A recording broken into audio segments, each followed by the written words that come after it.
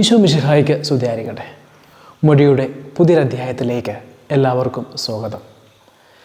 ഇന്ന് നമ്മൾ ധ്യാനിക്കാൻ പോകുന്ന തിരുവചനങ്ങൾ മാർക്കോസിന് സുവിശേഷം 6-ാം അധ്യായം 30 മുതൽ 34 വരെയുള്ള തിരുവചനങ്ങളാണ്. ഈ 12 ശിഷ്യന്മാർ ഈശോ ഏൽപ്പിച്ച് നൽകിയ ഓരോ കർത്തവ്യങ്ങളും പൂർത്തിയാക്കിയതിനു ശേഷം ഈശോയുടെ അടുക്കിലേക്ക് തിരികെ വരികയാണ്. ഇവർക്ക് ഒത്തിരി കാര്യങ്ങൾ ഈശോയോട് പങ്കുവയ്ക്കാനുണ്ട്. അവർ ഈശോയോട് സന്തോഷത്തോടു കൂടി അതെല്ലാം പങ്കുവെക്കുകയാണ്. ഇതിനുശേഷം യേശുനാഥൻ ഇവരോട് പറയുകയാണ്, നിങ്ങൾ ഒരു വിജന സ്ഥലത്തേക്ക് വരിക, അല്പം വിശ്രമിക്കാം. കാരണം ഈശോയെ കാണാനായിട്ട് ഒത്തിരി പേര് ഇവരുടെ അടുക്കലേക്ക് വരികയും ഈശോയുടെ സാമീപ്യത്തിൽ അവർ ആയിരിക്കുകയുമൊക്കെ ചെയ്തുകൊണ്ടിരിക്കുന്നൊരു സമയമാണ്. അതുകൊണ്ട് തന്നെ ആ തിരക്കിനിടയിൽ ശിഷ്യന്മാരെ ശ്രദ്ധിക്കാനായിട്ട് ഈശോയ്ക്ക് ഒട്ടും സമയം ലഭിക്കുന്നില്ല.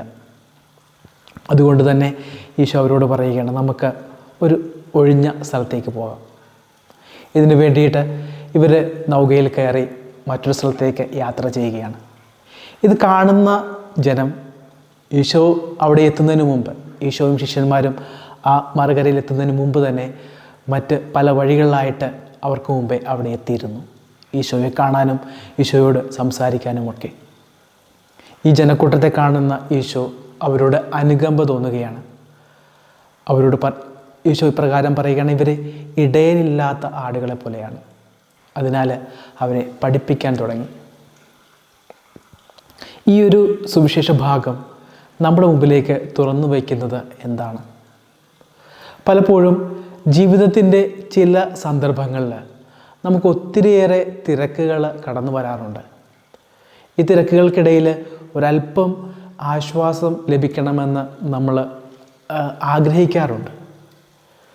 എന്നാൽ ഇത്തരത്തിലുള്ള ആഗ്രഹത്തോടു കൂടെ നമ്മൾ ഒന്ന് വിശ്രമിക്കാമെന്ന് കരുതുന്ന അവസരങ്ങളിൽ ചിലപ്പോൾ ഒരല്പം കൂടെ അധ്വാനം നമ്മളിലേക്ക് എത്തിച്ചേരുന്ന സാഹചര്യങ്ങൾ നമുക്ക് പലപ്പോഴും അനുഭവിക്കാറുണ്ട്. ഒരു മാതാപിതാക്കളെ സംബന്ധിച്ചിടത്തോളം ആണെങ്കിൽ കുട്ടികൾ ചിലപ്പോൾ രാവിലത്തെ ജോലിയൊക്കെ കഴിഞ്ഞ് തിരികെ വരുന്ന സമയത്ത് നമ്മുടെ കൊച്ചു കുട്ടികളൊക്കെ വരികയും അവരെ പഠിപ്പിച്ചു കൊടുക്കണമെന്നൊക്കെ പറഞ്ഞുകൊണ്ട് ചില പാഠങ്ങളൊക്കെ ആയിട്ട് നമ്മുടെ മുമ്പിലേക്ക് വരും. നമുക്കൊന്ന് വിശ്രമിക്കാമെന്ന് കരുതുന്ന അവസരമായിരിക്കാം. എന്നാലും നമ്മളത് ചെയ്തു കൊടുക്കാൻ നമ്മൾ ബാധ്യസ്ഥരാണ്. ഇതുപോലെ തന്നെ ആയിരിക്കാം ചിലപ്പോൾ രോഗികളായിട്ട് കഴിയുന്ന ചിലരുള്ള വീടുകളിൽ ഒത്തിരിയേറെ അവരെ ചികിത്സിക്കുകയും അവർക്ക് വേണ്ടി ശുശ്രൂഷകളൊക്കെ ചെയ്തു കൊടുക്കുകയും ഒക്കെ ചെയ്തതിന് ശേഷം ഒന്ന് അല്പം വിശ്രമിക്കാമെന്ന് കരുതുന്ന അവസരത്തിലായിരിക്കും ചിലപ്പോൾ ആ രോഗത്തിൻ്റെ അവസ്ഥ ഒന്ന് മൂർധന്യാവസ്ഥയിലെത്തി എത്തുന്നത്. അപ്പോൾ നമുക്ക് നമ്മുടെ വിശ്രമമൊക്കെ ഒഴിച്ചു വെച്ചുകൊണ്ട് അവരുടെ പിന്നാലെ പോകേണ്ടുന്ന സാഹചര്യങ്ങളുണ്ടാവും. ഇത്തരത്തിൽ ഒത്തിരിയേറെ ചില സാഹചര്യങ്ങൾ നമ്മുടെ ജീവിതത്തിലേക്ക് കടന്നു വരും. നമുക്ക് വിശ്രമിക്കണമെന്ന് ആഗ്രഹമുണ്ടായിട്ട് കൂടെ അത് സാധിക്കാത്ത അവസരങ്ങൾ. ഇവിടെയൊക്കെ യേശുനാഥൻ ഈ കാണിച്ച അതേ ഒരു അനുകമ്പ മനോഭാവം നമുക്ക് നമ്മുടെ ഒപ്പമായിരിക്കുന്ന ഓരോ വ്യക്തികളോടും കാണിക്കാനായിട്ട് പരിശ്രമിക്കാം. അതാണ് ഇന്നത്തെ സുവിശേഷം നമ്മുടെ മുമ്പിലേക്ക് തുറന്നു വയ്ക്കുന്നത്. അതോടൊപ്പം പറഞ്ഞു വയ്ക്കുന്ന ഒരു കാര്യമുണ്ട്. നമ്മളെവിടെയായിരുന്നാലും ഈശോ നമ്മളോടൊപ്പമുണ്ട്. നമ്മളോട് അനുകമ്പ കാണിക്കുന്ന ഒരു ദൈവമാണ് നമ്മുടെ ദൈവം, നമ്മുടെ യേശുനാഥൻ. അതുകൊണ്ട് തന്നെ നമ്മുടെ ഏത് ജീവിത സാഹചര്യമായാലും ഈശോയുടെ സാന്നിധ്യം നമ്മളോടൊപ്പം എപ്പോഴും ഉണ്ടായിരിക്കും. അവിടുന്ന് ആഗ്രഹിക്കുന്നത് നമ്മളെ ഒത്തിരിയേറെ സ്നേഹത്തോടു കൂടെ നമ്മുടെ ഒപ്പമായിരിക്കാനും നമുക്ക് നൽകാൻ കഴിയുന്നത്ര സ്നേഹം പകർന്നു നൽകാനും ഒക്കെയാണ്. അതിനാൽ ഇന്നത്തെ സുവിശേഷം വായിക്കുന്ന അവസരത്തിൽ നിങ്ങളുടെ ജീവിതത്തിൽ ഏതെങ്കിലുമൊക്കെ പ്രതിസന്ധി ഘട്ടങ്ങളിലൂടെ കടന്നു പോവുകയായിരിക്കാം. ചിലപ്പോൾ മനസ്സിൽ സങ്കീർണമായ ചില ഘട്ടങ്ങളിലൂടെ കടന്നു പോവുകയായിരിക്കാം. വിഷമങ്ങൾ കൊണ്ടോ അല്ലെങ്കിൽ ഒട്ടും ആശ്വാസം ലഭിക്കാത്ത സാഹചര്യങ്ങളിലൂടെ കടന്നു പോവുകയായിരിക്കാം. ഈ ഒരു കാര്യം മാത്രം ഓർക്കുക, ഈശോ നമ്മളെ സ്നേഹിക്കുന്നുണ്ട്, ഈശോ നമ്മളോടൊപ്പമുണ്ട്. അവിടുന്ന് ആഗ്രഹിക്കുന്നത് ഈ ഒരു കാര്യമാണ്. അവനോടൊപ്പം നമ്മളും ചിലവഴിക്കണം നമ്മുടെ സമയം.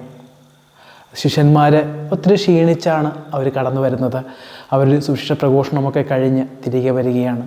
എന്നിരുന്നാലും ഈശോ അവരോട് പറയുന്നത്, ഈ ജനക്കൂട്ടം ഇടയിലില്ലാത്ത ആടുകൾ, അവർക്ക് നമ്മളെ കൊണ്ട് ആവശ്യമുണ്ട്. അതുപോലെ തന്നെയാണ് നമ്മുടെ ജീവിതത്തിൽ ഓരോ വ്യക്തികളും ചിലപ്പോൾ നമ്മുടെ ഒഴിവ് സമയങ്ങളൊക്കെ നമ്മുടെ മുമ്പിലേക്ക് കടന്നു വരുന്ന ചില വ്യക്തികൾ, അവർക്ക് നമ്മളെ കൊണ്ട് നമ്മുടെ ആ സമയത്തിൻ്റെ ആവശ്യമുണ്ട്. അതവർക്ക് വേണ്ടിയിട്ട് നൽകുന്നതിൽ ഒട്ടും വിഷമം വിചാരിക്കരുത്. ആ സമയം നമ്മൾ ആ വ്യക്തികൾക്ക് വേണ്ടിയിട്ട് നൽകുമ്പോൾ ഈശോ നമ്മുടെ ഒപ്പം ചേർന്ന് നിന്നുകൊണ്ട് ആ പ്രവൃത്തികളൊക്കെ ചെയ്യാൻ നമ്മൾ സഹായിക്കും. അതോടൊപ്പം ഈശോ നമ്മൾക്ക് തീർച്ചയായിട്ടും വിശ്രമം നൽകും. നമുക്ക് ആവശ്യമുള്ള, നമ്മുടെ മനസ്സിനാവശ്യമുള്ള സമാധാനം നമ്മുടെ ജീവിതത്തിലേക്ക് പകർന്നു നൽകും. ഈ ഒരു ചിന്തയോടുകൂടെ ഇന്നത്തെ ഈ വചനവിചിന്തനം നമുക്ക് അവസാനിപ്പിക്കാം. സർവശക്തനായ ദൈവം, പിതാവും പുത്രനും പരിശുദ്ധാത്മാവും നിങ്ങളെ സമൃദ്ധമായി അനുഗ്രഹിക്കുമാറാകട്ടെ. ഈശോ മിശിഹായ്ക്ക് സ്തുതിയായിരിക്കട്ടെ.